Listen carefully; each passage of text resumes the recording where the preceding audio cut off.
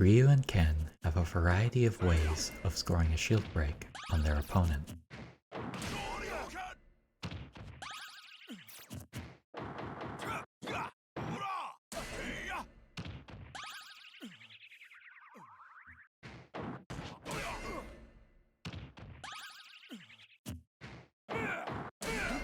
While these aren't too common in a match, they do occasionally happen. Like DI-dependent combos, you can sometimes catch an opponent sleeping or unaware.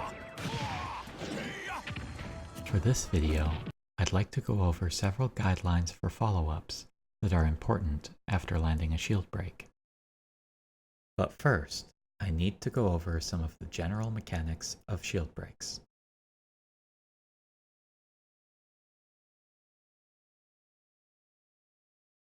When a shield is broken, the opponent is dizzy and is unable to move for roughly 6 to 7 seconds.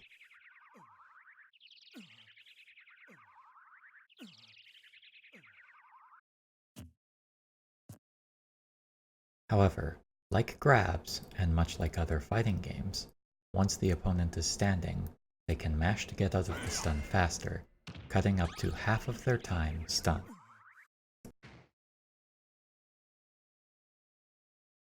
This mash is reflected in the speed of the animation, the white action lines that appear as the player mashes, and the frequency of their dizzy heartbeat sound.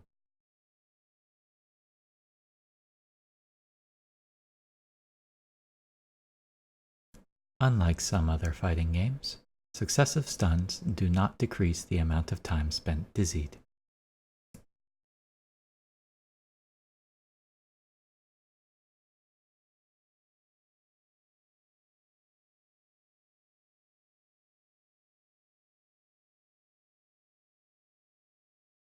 Also, unlike other fighting games, the time spent in the dizzied state gets lower the higher your percentage.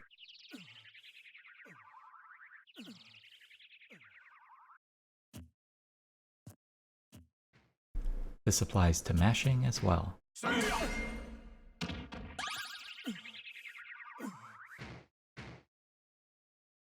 This trend continues until recovery is almost instant. When your shield is broken, your opponent can move you slightly in the air, once on your way up,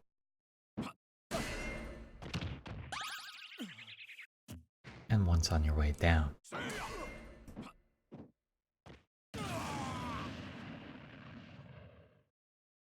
You also cannot be hit by any attacks when falling in the shield break animation.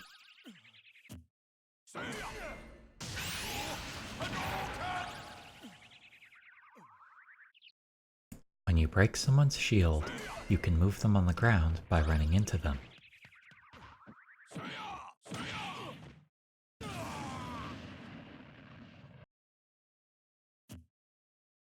But during their get-up animation frames, if you push the opponent off an edge or ledge, they can immediately act.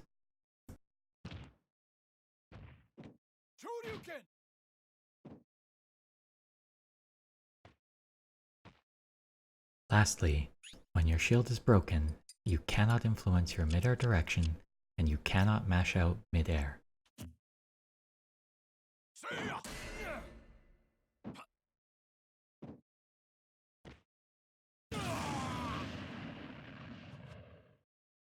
With all of these properties in mind, there are a few general guidelines on how to follow up on shield breaks, regardless of your character. If you get a shield break near the ledge, you should attempt to push the opponent mid-air so that they miss the stage on the way down. Because the opponent cannot control their character and cannot mash out of dizzied mid-air, their stock is forfeit. If you get a shield break mid-stage, you will want to choose between the following desired outcomes: highest damage,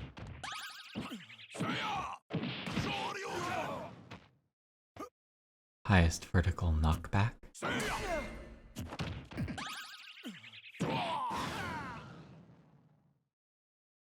largest horizontal knockback,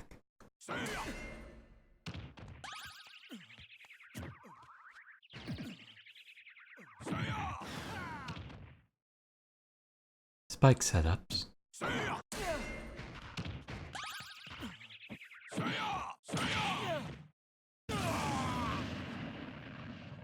Disadvantage setups.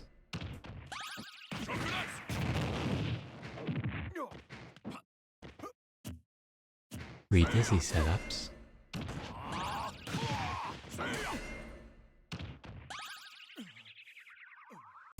And resets.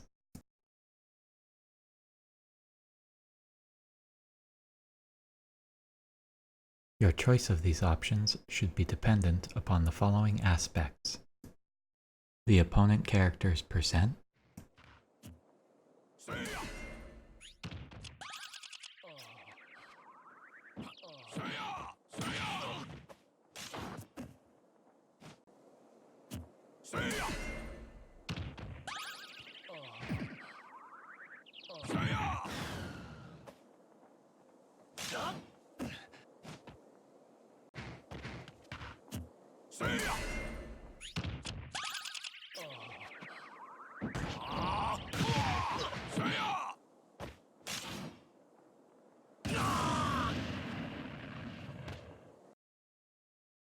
the opponent character's size and weight,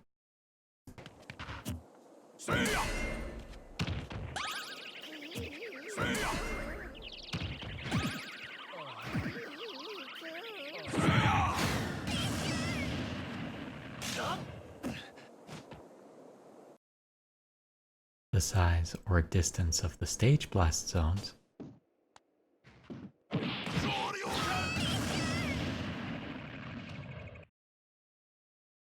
how fast and how hard the opponent is mashing, and whether they are mashing with the stick, the buttons, or both,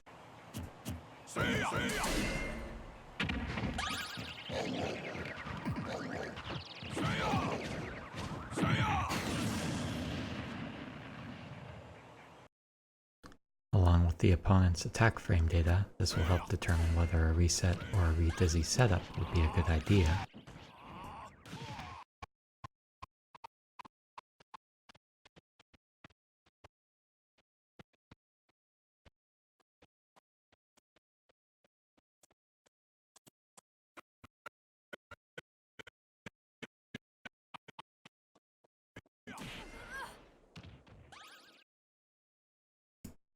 The position on stage after the opponent falls down from the shield break,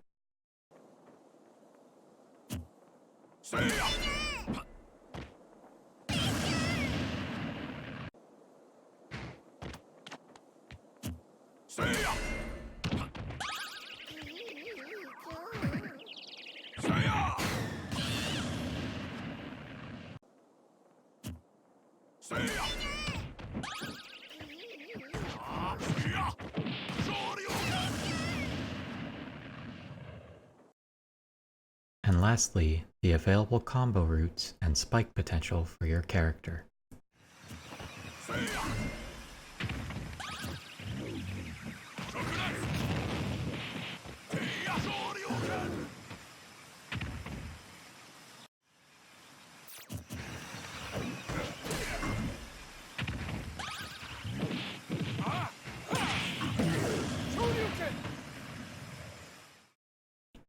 While these aspects govern the optimal choice of a shield break follow-up, in general, the following guidelines are a good place to start.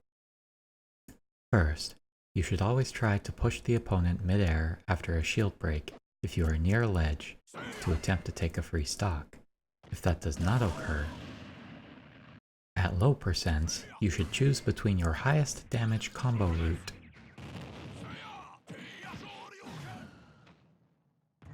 or a mid-damage combo that sets the opponent up for pressure or leaves them in an aerial or offstage disadvantage state, depending on your character's strengths.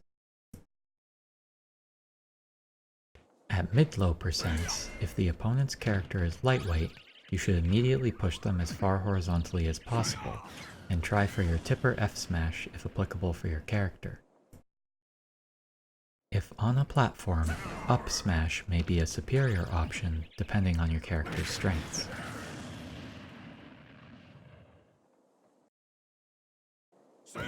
If the opponent has a bad recovery, a spike setup may also be advised at these percents.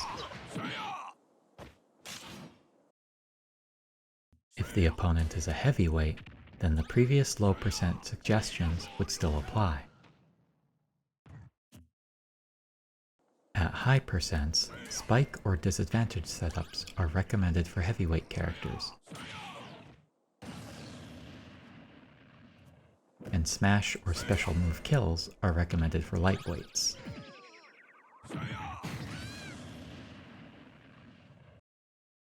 However, your ability to move the opponent and still charge a smash will be lower due to the opponent's percentage allowing them to mash out quicker. Choose appropriately based on how fast you observe your opponent mashing.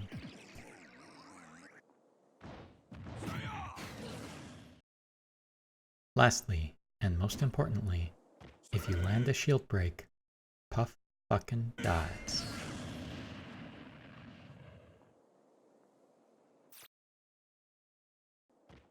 In my next video, I'll be going over the variety of options that Ryu's focus attack and shakunetsu give him after a shield break.